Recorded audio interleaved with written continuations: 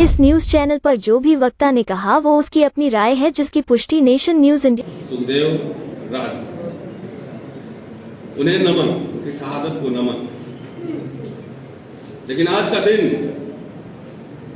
उनके विचारों को याद करने का है, और सिर्फ याद करने का नहीं, पूरे जोश खरोश जुनून के साथ याद करने का है, सिर्फ शोक मनाने का नहीं। दोस्तों, रोज कहीं ना कहीं प्रोग्राम होता है, तो मुझे लगता है मैं थोड़ा थक गया, बोल पाऊंगा नहीं बोल पाऊंगा पता नहीं। लेकिन चलिए बात करते हैं, कुछ बात अपनी रखना चाहता हूं आपके सामने।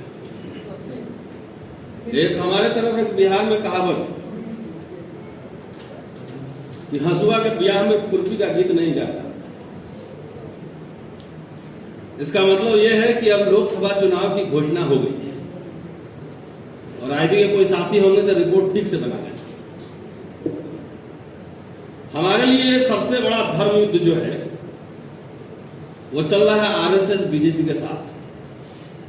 हमारी 1000 समस्याएं होंगी, बहुत लोगों से समस्या, बहुत पार्टियों से समस्या। आरएसएस बीजेपी में तरह तरह के कॉन्ट्राडिक्शंस हैं, बावजूद इसके रूलिंग एलीट हैं तो अपने कॉन्ट्राडिक्शन को रिजॉल्व करते हैं और हुकूमत कर रहे हैं, क्योंकि उसका शेयर सबको मिलता है। लेकिन मेरी समझ में अभी लोकसभा के चुनाव होने का है, शुरू हो गया है, तो सबसे पहले हराओ, इसलिए हराओ, मैं इतिहास का छात्र हूं और इनकी जो फिलॉसफी जो आती है, उस फिलॉसफी को मैं जानता हूं, उसमें किसके लिए क्या जगह है यह मैं समझता हूं। आज मैं समझ रहा हूं कि मोदी जी के स्टाइल में कुछ भाषण और नारे और लगवाना चाह रहा, इलेक्शन का टाइम, वो भी करूंगा। लेकिन अभी छत्तीसगढ़ के मुख्यमंत्री सादा साहब ट्राइबल है जी,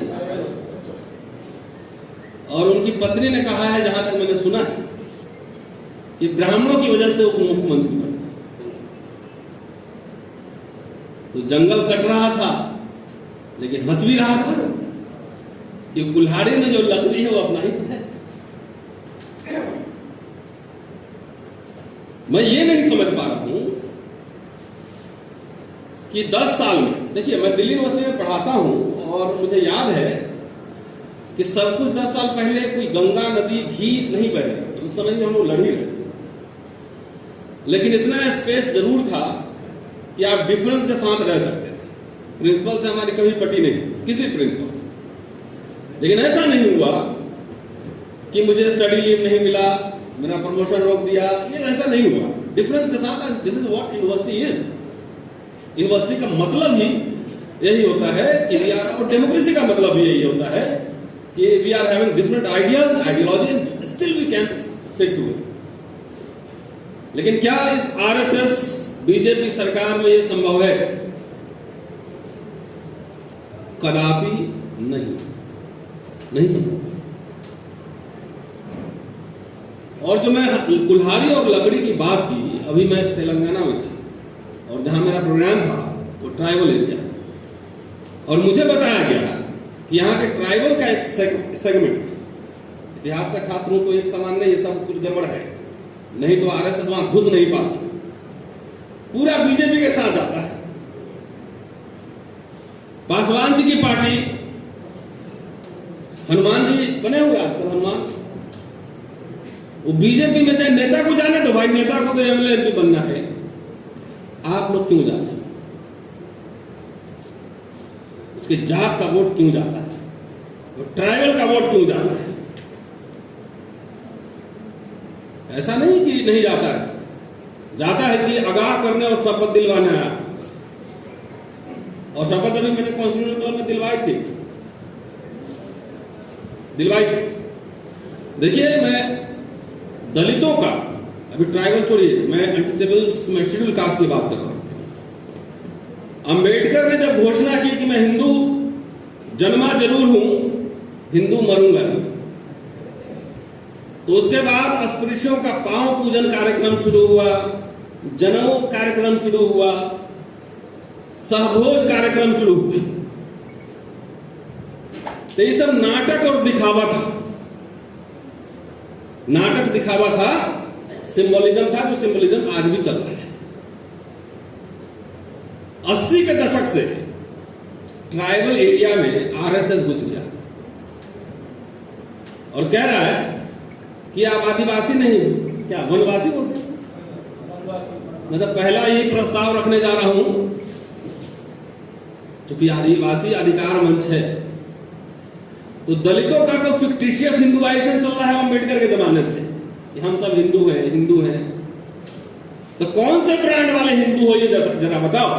जो पिछड़ा और दलित अपने आप को हिंदू कह रहा है, चाहे आदिवासी भी कह रहा है हिंदू है, तो उस श्रेणी में, उस कैटेगरी में कौन सा ब्रांड तुम्हारा है ये नहीं पता। मैं समझता हूं कि सबसे पहला जो वार चोट हुआ है आदिवासियों का फिक्टिशियस हिंदुआइजेशन। कैसे घुस गया आपके इलाके में और आपके देवताओं को कब्जा कर लिया, आपके कुल देवियों को कब्जा कर लिया, और आप भी जय जय बोल हो जा रहे हैं। घुस गया वहां, कब्जा कर लिया। और अब मैं पहला प्रस्ताव यही दे रहा हूं कि सबसे पहले जाइए और अपने कुल देवताओं की, देवी देवियां जो है कुल देवता, उनकी घर वापसी कार्यक्रम शुरू करवाओ और इनको भगाओ वहां से। पहले जाता है मीठा मीठा बोल के, धीरे धीरे धीरे धीरे आदिवासी भाई। और जैसे बकरे का चेहरा लगा है, नीचे जो ना भेड़िया है, उसके साथ ही पैकेज डील है। गोलवलकर के किताब में बता दे कि उनकी क्या फिलॉसफी है, द बंच ऑफ थॉट। वो आदिवासियों के बारे में क्या सोचते हैं, वो दलितों के बारे में क्या सोचते हैं। और आपको हमारे दलित भाई लोग आजकल खूब नशे में रहते हैं, आजकल उन्हीं के मैं ज्यादा ठीक कर रहा हूं। कुछ दलित कह रहा है कि ब्राह्मण विदेश भेजेंगे, तो गुदगुदी लगता है हमारे दोस्तों को कि चले जाएंगे तो सारे मठ मंदिर में हमारा कब्जा होगा। और अभी इलेक्शन के समय घर घर जाके आरएसएस वाला बोलेगा कि ये मौलवी साहब सब पाकिस्तान जाएगा तो इनकी हवेली और जमीन तुम्हारा होगा, फिर गुदगुदी लगता है। ये मौलवी साहब की तस्तरी और प्लेट में बिरयानी मैं ही खाता रहूंगा, सपना देखता है। न एक ब्राह्मण विदेश जा रहा है और न एक मुसलमान को भेजने की इनकी ताकत है। हाँ, ये जरूर है कि सेकेंड क्लास सिटीजन बना के शेड्यूल ट्राइब, शेड्यूल कास्ट, मुसलमान, बैकवर्ड सबको यहां रखेगा, ये तय। तो इसलिए अनरियलिस्टिक ड्रीम्स नहीं देखना है। कैसे ट्राइबल एरियाज में मैं समझता हूं कैसे सांसद इसका जीत जाता है, कैसे, ये सवाल हमें करना है। कौन लोग उसको वोट देता है वहां? अपने कुल्हाड़ी लेके बहुत साथी अपना पांव और अपने आने वाली पीढ़ी, जनरेशन का पांव काट रहे हैं। मैं कभी कभी झारखंड भी चला जाता हूं, छत्तीसगढ़ भी जाता हूं, इसलिए कम से कम मैं सिर्फ आप लोगों को नहीं सुना रहा, यूट्यूब के जितने साथी हैं लाखों लोगों के बीच बात पहुंच जाती है। अभी मैंने कॉन्स्टिट्यूशन में क्लब में शपथ दिलवाई थी, वही वाले मेरे कुछ साथियों ने, जितेंद्र जरा मोबाइल देना, जो 10 साल में मोदी जी के वादे हैं, उस वादे को हमारे साथी वीर सिंह और अमर ने तैयार किया है कि इलेक्शन के समय वादे आने चाहिए, लोगों को जानना चाहिए। राम मंदिर बना, हाँ ना, बना कि नहीं? हाँ, जोर से बोलिए। राम मंदिर बना क्या भाइयों बहनों? घंटा बजाने को मिला क्या? घंटा बजाने को मिला? तो फिर काहे के लिए जा रहे हो वहां कावड़ ढोने, हिंदू बने फिर रहो, सेकेंड क्लास हिंदू, अनटचेबल, अछूत। जब अखिलेश यादव जब मुख्यमंत्री थे वो निकले बाहर तो घर का शुद्धिकरण हुआ। यादव तो फिर भी क्षत्रिय है, बड़ा जाति है, पिछड़ो। तो अभी भी अगर अकल नहीं खुल रही है आदिवासियों की, दलितों की, पिछड़ों की, क्या कर सकते? हमारा काम इंसान जो है पर्सनल रिस्क लेकर जितना काम हमें करना है वो करते हैं, सब लोग कर रहे हैं। हिमांशु जी हैं, सरोज साहब है, सब है यहाँ पे बैठे हुए। मैं सीधा और सीधा मासेस को एड्रेस कर रहा हूँ। I am not addressing to the political party the leader, खास तौर से दलित और ट्राइब। आप लोग समझदार हो जाओ। अगर आपको लगता है कि 2 करोड़ रोजगार मिला क्या? अरे जोर से बोलो भाई। किसानों की आय दुगुनी हुई क्या?